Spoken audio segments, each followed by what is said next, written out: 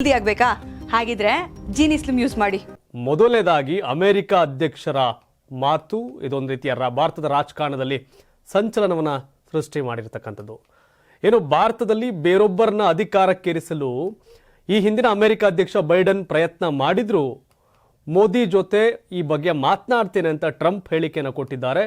ಇದು ಬಹಳಷ್ಟು ಕೋಲಾಹಲಕ್ಕೆ ಕಾರಣ ಆಗಿದೆ. ಹೌದು, ಭಾರತದಲ್ಲಿ ನಡೆಯುವ ಮತದಾನಕ್ಕೆ $21 ಮಿಲಿಯನ್ ನೆರವು ನೀಡುವ ಅಮೆರಿಕದ ನಿರ್ಧಾರವನ್ನು ಹಾಲಿ ಅಮೆರಿಕ ಅಧ್ಯಕ್ಷ ಡೊನಾಲ್ಡ್ ಟ್ರಂಪ್ ಪ್ರಶ್ನೆ ಮಾಡಿದ್ರು, ಜೊತೆಗೆ ಅದನ್ನು ನಿಲ್ಲಿಸಿದ್ದಾರೆ.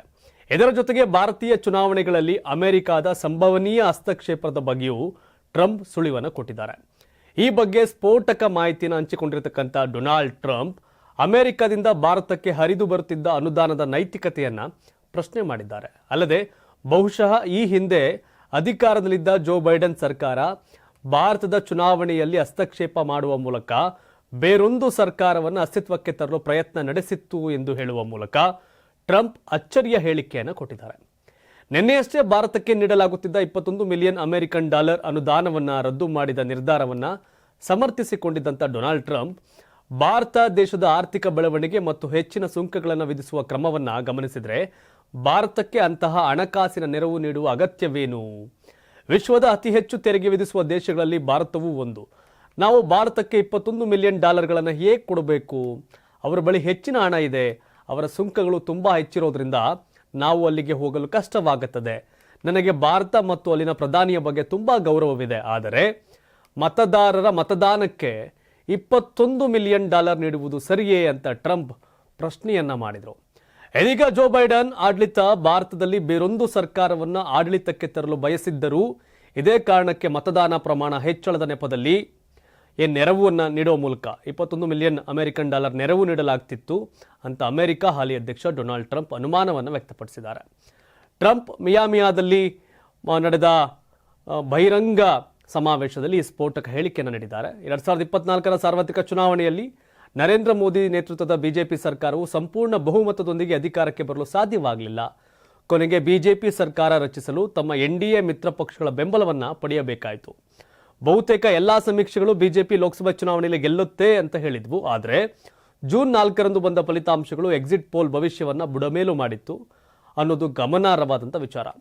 ಫೆಬ್ರವರಿ 16ರಂದು ಎಲಾನ್ ಮಸ್ಕ್ ನೇತೃತ್ವದ ಸರ್ಕಾರಿ ದಕ್ಷತೆ ಇಲಾಖೆ ಭಾರತದಲ್ಲಿ ಮತದಾರರ ಮತದಾನ ಹೆಸರಿನಲ್ಲಿ ಏನು ಅಮೆರಿಕ ನೆರವು ಕೊಡ್ತಾ ಇತ್ತು, $21 ಮಿಲಿಯನ್ ಹಂಚಿಕೆ ಮಾಡಿದೆ ಅಂತ ಬಹಿರಂಗಪಡಿಸಿತ್ತು. ನಂತರ ಡೊನಾಲ್ಡ್ ಟ್ರಂಪ್ ಅವರು ಈ ಹೇಳಿಕೆಯನ್ನು ಕೊಟ್ಟಿದ್ದಾರೆ. ಇದು ಭಾರತೀಯ ರಾಜಕೀಯದಲ್ಲಿ ಗದ್ದಲವನ್ನ ಸೃಷ್ಟಿ ಮಾಡಿದೆ.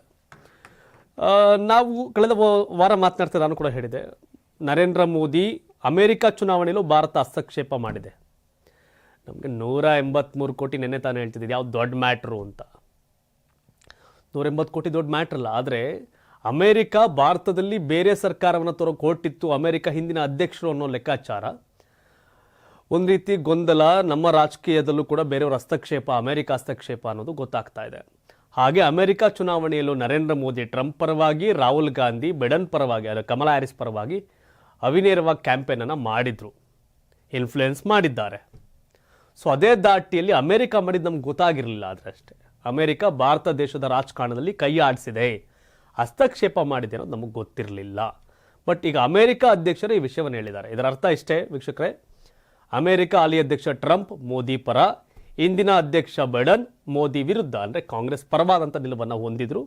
ಸಹಜವಾಗಿ ಇದು ಸತ್ಯವೇ, ಯಾಕೆಂದರೆ ಟ್ರಂಪ್ ಮೋದಿ ದೋಸ್ತಿಗಳು, ಮೋದಿ ವಿರೋಧ ಬೈಡನ್, ಹಾಗಾಗಿ ಇದು ನಡೆದಿತ್ತು. ಆದರೆ ಬೇರೆ ದೇಶರು ನಮ್ಮ ದೇಶದಲ್ಲಿ ಏನೋ ಮಾಡುವಂಥದ್ದೇನು ಅಂತ ಮೊನ್ನೆ ಲೋಕಸಭೆ ಬಜೆಟ್ ಅಧಿವೇಶನಕ್ಕೆ ಮುನ್ನ ಮೋದಿ ಒಂದು ಮಾತಾಡಿದರು.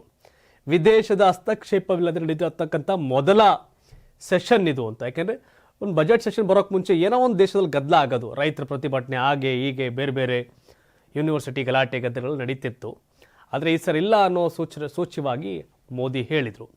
ಈ ಮೂಲಕ ವಿದೇಶಗಳು ನಮ್ಮ ದೇಶದಲ್ಲಿ ಈಗ ಸರಿ ಏನೋ ಮಾಡಲಿಲ್ಲ, ಹಿಂದೆಲ್ಲ ಮಾಡಿದ್ದಾವೆ ಅನ್ನೋದನ್ನು ಮೋದಿ ಒಪ್ಕೊಂಡಿದ್ರು, ಅದನ್ನು ಹೇಳಿದರು. ಆದರೆ ಅಮೆರಿಕ ಅಧ್ಯಕ್ಷ ಟ್ರಂಪ್ ನೇರವಾಗಿ ಹೇಳ್ತಾವ್ರೆ, ಕಳೆದ ಲೋಕಸಭೆ ಚುನಾವಣೆಯಲ್ಲಿ ನರೇಂದ್ರ ಮೋದಿ ಬದಲಾಗಿ ಬೇರೆಯವ್ರನ್ನ ಪ್ರಧಾನಿ ಮಾಡೋಕ್ಕೆ ನಮ್ಮ ಹಿಂದಿನ ಅಮೆರಿಕ ಅಧ್ಯಕ್ಷರೇನಿದ್ರು ಅವರು ಪ್ರಯತ್ನ ಪಟ್ಟಿದ್ರು ಅನ್ನೋದು ಹೇಳಿದ್ದಾರೆ.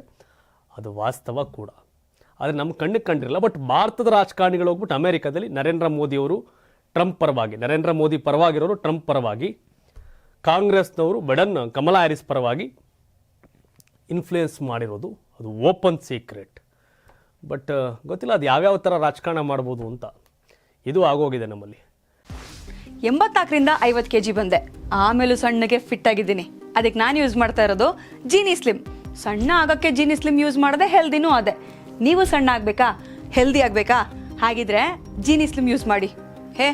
ಸಣ್ಣ ಆಗೋದಕ್ಕೆ ಯಾವುದೋ ಪ್ರಾಡಕ್ಟ್ ಹೇಳ್ತಾ ಇದ್ದಾಳೆ, ಏನಾದರೂ ಸೈಡ್ ಎಫೆಕ್ಟ್ಸ್ ಇದೆ ಅಂತ ಯೋಚನೆ ಮಾಡ್ತಾ ಇದ್ದೀರಾ? ಖಂಡಿತ ಇಲ್ಲ, ಯಾಕಂದರೆ ಇದು ಕೆಮಿಕಲ್ ಫ್ರೀ.